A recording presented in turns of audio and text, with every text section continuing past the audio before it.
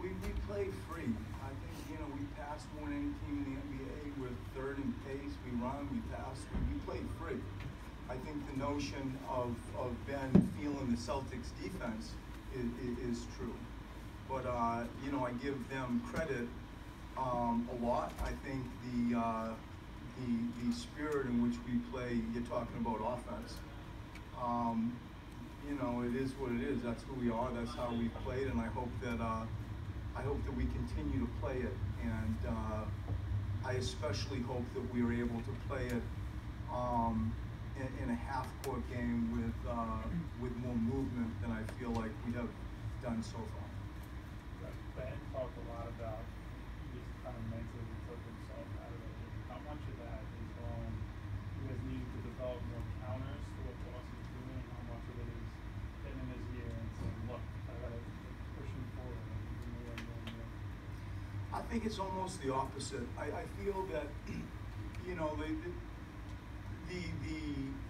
example of somebody having some level of playoff experience and figure themselves out is true. As I told my guys 2 weeks ago, you're going to learn more about yourself in skill, package, and spirit in the next few weeks than maybe you've learned your whole career. That's what the playoffs do to you. And it's a good thing. It dictates your summer.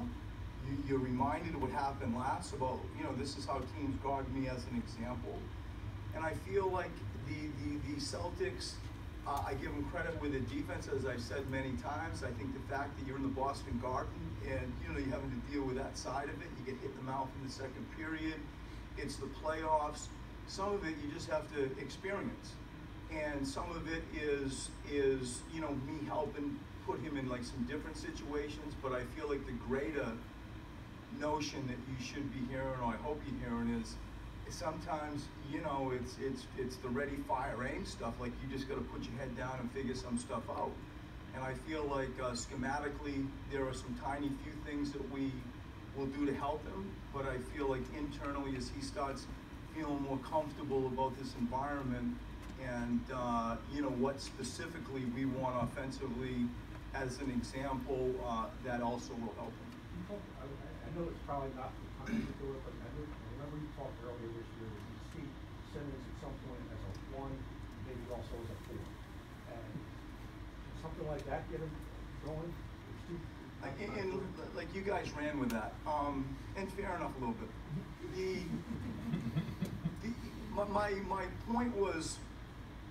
My point was maybe taken a little bit too literally. Maybe I didn't do a great job explaining. He's a basketball player. We see his greatest skill and the way he can impact the game now is give him the ball. That doesn't really change in my mind. That's kind of who he is. And I feel like, having said that, if your question is now, can we give TJ the ball and make Ben the 4? I don't think so. I think that you're reaching a little bit. I think you're reaching a lot of it, and I don't see that happening tonight. What about the post touches and the duck-ins that you tend to get to him in the half-court offense at times?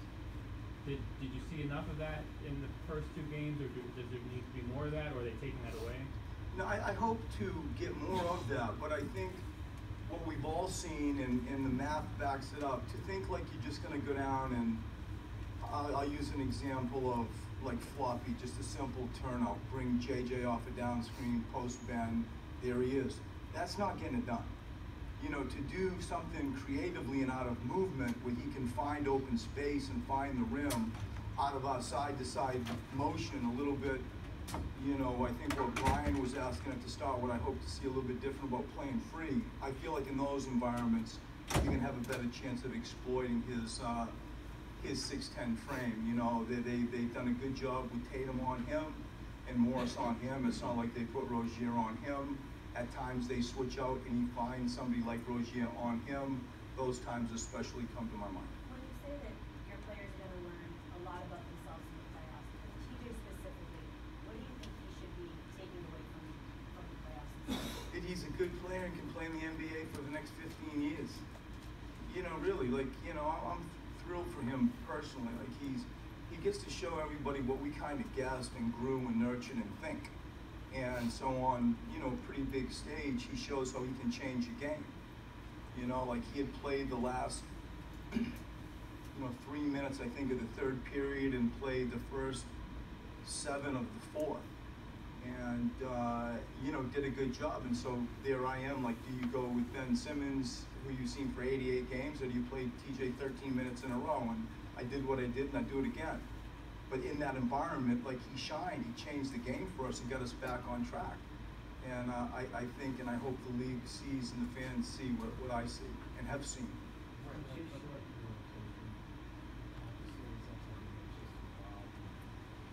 Yeah, like what I do is we go into it, and we did this in the Miami series. You go into a sort of a notion, a game plan, and then you either continue on or pivot out of it in the second half. I think you are at a stage like in our series where you think about it, but I'm not going to do it. We've lived with stuff for a while. I will tell you, so I can stay true to my word. We look at stuff in a more sort of scrutinized way in the second half, and you may see a shorter rotation during that time frame. Right, a couple of years ago, Lloyd was for a coaching job, and he talked about that opportunity for him, but he wanted to have like more, pro coaching job. He seems like word came out there and the Atlanta Hawks. Yeah. Can you just talk about It's a no-brainer. I would hire Lloyd Pierce yesterday. Okay. If a team came in and said, think about this, if a team came in and said, we want to rebuild, well, I can't think of a more appropriate program that has gone from where we were to where we are, that has a true story to tell. And you look at him, he's a young coach, he's in great shape, he's tremendously sort of connected to the league, he's defensively oriented. Like, it's a no-brainer in my eyes. And I feel thrilled to be able to help him. And I don't think it's a far-reaching push. All you got to do is pay attention. And I hope soon that we can look at him as the next coach of the Atlanta Hawks. And it would be my complete pleasure and privilege to have helped him grow his own career. That's my job. People have done it for me. I want to do it for others. And I think he's a natural to lead an NBA program, especially if the mission is to grow it organically like we have done. When you say you do what you do, you get to represent how much of that is coaching for others? How much of it is coaching for some of yours down the line? It was all about how do you win.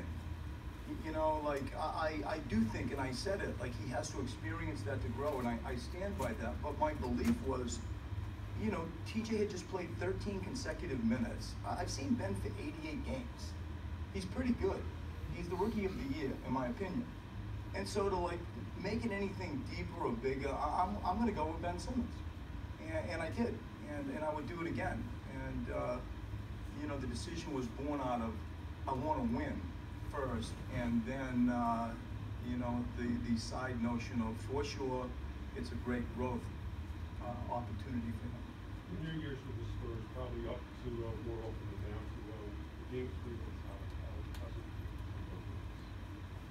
Well, it's easier for me to speak about it from this end that I'm now at, because we live it in real time, and I go all over the place in regards to what matters most, and sort of get grounded into this fact. We are 25-2 in this building since Christmas. We have the league's best starting five. It was part of my belief, during that second period, can they get through that scoring impact that the Celtics had. I'm hoping that they could have sustained it, and we weren't able to in that situation. We believe coming back home, we believe with our starting five, we believe with the season that we've had, we believe that if we can play more basketball and more basketball and more basketball with Joel Embiid, trying to make up a little ground for taking 6 days off, that we're going to get better. And so I feel strongly that as I've said to everybody, we have more to do. We gotta buy a little bit of time, we gotta find a win, obviously, tonight to keep our spirits and our mission alive. We get the Celtics, 36-0 when they take a 2-game lead, is that the math? We love that. Like, we've been around records, maybe not on the positive side for the last few years, but we've been around some records. And I see this as just a competitive, another layer to, helping our guys find their mojo and come out and play 76 of basketball in a few hours. Right. How much of it or how little of it is one out of maybe just knowing that at certain spots in the floor, he's not going to shoot well. And they've been more effective in any regard than maybe some of the other teams have played this season and haven't been able to stop it, even though they know that. Yeah, no, I hear you, Mike. And I think, let's just start with, he really hasn't shot in many parts of the floor this year. It's not like, oh, let's take away the, elbow or the wing. That's not who he is right now. Yet he's still found a way to impact the game. If you take, and I'm going to be redundant until, this Celtics thing is over. If you take just the fact that they have individual elite defensive players, then you put them into a pretty good team environment, and then, like in early offense, the first 4 to 6 seconds of the shot clock, there's Aaron Baines or, Horford at the foul line area. And then it's LeBron. That's what we live with LeBron. His first 7 years in the league. You have to show him a crowd. He's got to see 5 sets of somebody's jersey. And that's what the Celtics are doing well. And it's not new. They just do it well, and they have excellent individual defensive players that's put into a solid team environment. Thank you.